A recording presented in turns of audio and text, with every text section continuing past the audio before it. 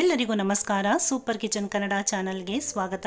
ಇವತ್ತಿನ ವಿಡಿಯೋದಲ್ಲಿ ಒಂದು ಸ್ಪೆಷಲ್ ಶಾಹಿ ಎಗ್ ಮಸಾಲಾ ರೆಸಿಪಿಯನ್ನು ನಿಮ್ಮೊಟ್ಟಿಗೆ ಶೇರ್ ಮಾಡಿಕೊಳ್ಳಲು ಬಹಳ ಖುಷಿ ಅನಿಸ್ತಿದೆ.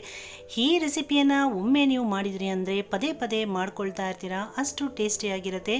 ಹಾಗಾದರೆ ಹೇಗೆ ಮಾಡೋದು ಅಂತ ನೋಡೋಣ ಬನ್ನಿ. ಮೊದಲಿಗೆ ಒಂದು ಬಾಣಲಿಯನ್ನು ಸ್ಟವ್ ಮೇಲೆ ಇಟ್ಕೊಂಡು ಒಂದು 4 ರಿಂದ 5 ಚಮಚಗಳಷ್ಟು ಕುಕ್ಕಿಂಗ್ ಆಯಿಲನ್ನು ಸೇರಿಸ್ಕೊಂಡು 1 ಇಂಚು ಚಕ್ಕೆ, 2 ಲವಂಗ, 1 ಏಲಕ್ಕಿ ಹಾಗೆ ಸ್ವಲ್ಪ ಕಲ್ಲುವನ್ನು ಸೇರಿಸ್ಕೊಳ್ಬೇಕು. ಕಲ್ಲುವನ್ನು ಹಾಕೋದ್ರಿಂದ ಗ್ರೇವಿಗೆ ಒಂದು ಒಳ್ಳೆಯ ಫ್ಲೇವರ್ ಬರುತ್ತೆ, ಮಿಸ್ ಮಾಡದೆ ಸೇರಿಸ್ಕೊಳ್ಳಿ. ಹಾಗೆ ಇದಕ್ಕೆ 2 ಮೀಡಿಯಂ ಸೈಜ್ ಈರುಳ್ಳಿಯನ್ನು ಸಣ್ಣದಾಗಿ ಹೆಚ್ಚಿ ಸೇರಿಸ್ಕೊಳ್ಬೇಕು. ಇದನ್ನು ನಾವಿಲ್ಲಿ ಫ್ರೈ ಮಾಡ್ಕೊಳ್ಳೋಣ. ಇದು ಫ್ರೈ ಆಗೋದ್ರೊಳಗೆ ಒಂದು ಮಿಕ್ಸಿ ಜಾರನ್ನು ತೆಗೆದುಕೊಂಡು ಒಂದು 6 ರಿಂದ 7 ಬಾದಾಮಿ ಹಾಗೆ ಗೋಡಂಬಿಯನ್ನು ಸೇರಿಸ್ಕೊಂಡು ಒಂದು 2 ಚಮಚದಷ್ಟು ಮೊಸರನ್ನು ಸೇರಿಸಿ ಇದನ್ನು ನೈಸಾಗಿ ನಾವು ಪೇಸ್ಟ್ ಮಾಡಿ ಎತ್ತಿಟ್ಕೊಳ್ಳೋಣ. ಈಗ ಈರುಳ್ಳಿ ಒಂದು ಅರ್ಧದಷ್ಟು ಫ್ರೈ ಆಗಿದೆ. ಈಗ ನಾನು 1 ಚಮಚದಷ್ಟು ಶುಂಠಿ ಮತ್ತು ಬೆಳ್ಳುಳ್ಳಿಯ ಪೇಸ್ಟನ್ನು ಸೇರಿಸ್ಕೊಂಡು ಇದರಲ್ಲಿರುವಂಥ ಹಸಿ ವಾಸನೆ ಹೋಗೋ ತನಕ ನಾನಿಲ್ಲಿ ಫ್ರೈ ಮಾಡ್ಕೊಳ್ತಾ ಇದ್ದೀನಿ. ಈ ಈರುಳ್ಳಿ ಪೂರ್ತಿಯಾಗಿ ಗೋಲ್ಡನ್ ಬ್ರೌನ್ ಬರೋ ತನಕ ನಾವಿಲ್ಲಿ ಫ್ರೈ ಮಾಡ್ಕೊಳ್ಬೇಕು. ನೋಡಿ, ಈ ರೀತಿ ಆದ ನಂತರ ನಾನಿಲ್ಲಿ ಒಂದು 2 ದೊಡ್ಡ ಸೈಜಿನ ಟೊಮೊಟೊ ಹಣ್ಣನ್ನು ಮಿಕ್ಸಿಯಲ್ಲಿ ಗ್ರೈಂಡ್ ಮಾಡಿ ಇಟ್ಕೊಂಡಿದ್ದೆ. ಅದನ್ನು ಕೂಡ ಸೇರಿಸ್ಕೊಂಡು ಇದರಲ್ಲಿರುವಂಥ ಹಸಿ ವಾಸನೆ ಹೋಗೋ ತನಕ ಒಂದು 10 ಸೆಕೆಂಡ್ಗಳ ಕಾಲ ಇದನ್ನು ಫ್ರೈ ಮಾಡ್ಕೊಳ್ಬೇಕು. ಹಾಗೆ ಇದಕ್ಕೆ ಬೇಕಾಗಿರುವಂಥ ಡ್ರೈ ಸ್ಪೈಸಸ್ಗಳಾದಂಥ ಅರ್ಧ ಚಮಚ ಅಚ್ಕಾರದ ಪುಡಿ, ಅರ್ಧ ಚಮಚದಷ್ಟು ಧನಿಯಾ ಪುಡಿ, 1/4 ಚಮಚದಷ್ಟು ಅರಿಶಿನ ಪುಡಿ, 1/4 ಚಮಚ ಜೀರಿಗೆ ಪುಡಿ, ಹಾಗೆ 1/4 ಚಮಚದಷ್ಟು ಗರಂ ಮಸಾಲ, ಒಂದು ಅರ್ಧ ಚಮಚದಷ್ಟು ಕಸ್ತೂರಿ ಮೇಥಿಯನ್ನು ಸೇರಿಸ್ಕೊಂಡು ಮತ್ತೊಮ್ಮೆ ಇವೆಲ್ಲವನ್ನು ನಾವು ಒಂದು 5 ಸೆಕೆಂಡ್ಗಳ ಕಾಲ ನಾವು ಫ್ರೈ ಮಾಡ್ಕೊಳ್ಬೇಕು. ಈ ಹಂತದಲ್ಲಿ ನಾವು ಈಗಾಗಲೇ ಗ್ರೈಂಡ್ ಮಾಡಿ ಇಟ್ಕೊಂಡಿದ್ದಂತಹ ಬಾದಾಮಿ ಮತ್ತು ಗೋಡಂಬಿಯ ಪೇಸ್ಟನ್ನು ಸೇರಿಸ್ಕೊಳ್ಳೋಣ.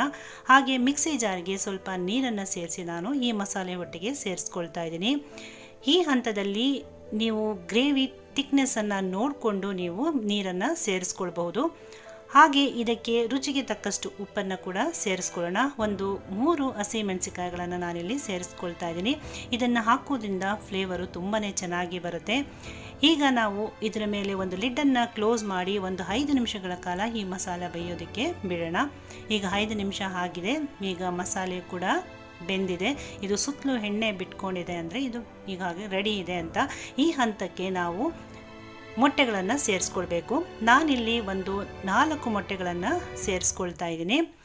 ಹಾಗೆ ಮೊಟ್ಟೆಯ ಮೇಲ್ಭಾಗದಲ್ಲಿ ನಾನು ಸ್ವಲ್ಪ ಮೆಣಸಿನ ಪುಡಿ ಹಾಗೆ ಉಪ್ಪು, ಸ್ವಲ್ಪ ನಾನಿಲ್ಲಿ ಚಿಲ್ಲಿ ಪೌಡರನ್ನು ಹಾಕ್ಕೊಳ್ತಾ ಇದ್ದೀನಿ ರುಚಿಗೆ. ಮತ್ತೊಮ್ಮೆ ನಾವು ಲಿಡ್ಡನ್ನು ಕ್ಲೋಸ್ ಮಾಡಿ ಇದನ್ನು ಒಂದು 5 ರಿಂದ 6 ನಿಮಿಷಗಳ ಕಾಲ ಬೇಯಲಿಕ್ಕೆ ಬಿಡೋಣ. 5 ನಿಮಿಷ ಆದ ನಂತರ ನಾವು ಲಿಡ್ಡನ್ನು ತೆಗೆದು ನೋಡಿ ಈಗ ಪರ್ಫೆಕ್ಟಾಗಿ ಇದು ಕುಕ್ ಆಗಿದೆ. ಇದ್ರ ಮೇಲ್ಭಾಗದಲ್ಲಿ ಸ್ವಲ್ಪ ಕೊತ್ತಂಬರಿ ಸೊಪ್ಪನ್ನು ಹಾಕ್ಕೊಂಡು 1 ಚಮಚದಷ್ಟು ಫ್ರೆಶ್ ಕ್ರೀಮನ್ನು ಹಾಕ್ಕೊಂಡ್ರೆ ನಮಗೆ ಶಾಹಿ ಎಗ್ ಮಸಾಲ ಸರ್ವ್ ಮಾಡೋದಕ್ಕೀಗ ರೆಡಿಯಾಗಿದೆ. ಬನ್ನಿ ಈಗ ಸರ್ವ್ ಮಾಡ್ಕೊಳ್ಳೋಣ. ನೋಡಿದ್ರಲ್ಲ ವೀಕ್ಷಕರೇ, ಎಷ್ಟು ಸುಲಭವಾಗಿ ನಾವು ಈ ರೆಸಿಪಿನ ಮಾಡ್ಕೊಂಡ್ವಿ ಅಂತ. ನೋಡೋದಕ್ಕೆ ಎಷ್ಟು ಚೆನ್ನಾಗಿ ಕಾಣ್ತಾ ಇದೆಯೋ, ಟೇಸ್ಟ್ ಕೂಡ ಅಷ್ಟೇ ಚೆನ್ನಾಗಿರುತ್ತೆ. ನೀವು ಒಮ್ಮೆ ಇದನ್ನು ತಿಂದ್ರಿ ಅಂದರೆ ತಿಂತಾನೆ ಇರ್ತೀರಾ, ಅಷ್ಟು ರುಚಿಯಾಗಿರುತ್ತೆ. ಎಷ್ಟು ಸುಲಭವಾಗಿ ಇದನ್ನು ಮನೆಯಲ್ಲಿ ಇರುವಂತಹ ಬೇಸಿಕ್ ಇಂಗ್ರೀಡಿಯೆಂಟ್ಸ್ಗಳಿಂದಲೇ ಮಾಡ್ಕೊಳ್ಬೋದು. ಮಿಸ್ ಮಾಡದೆ ಟ್ರೈ ಮಾಡಿ. ಮನೆಯಲ್ಲಿ ಎಲ್ರಿಗೂ ಕೂಡ ತುಂಬಾ ಇಷ್ಟ ಆಗುತ್ತೆ.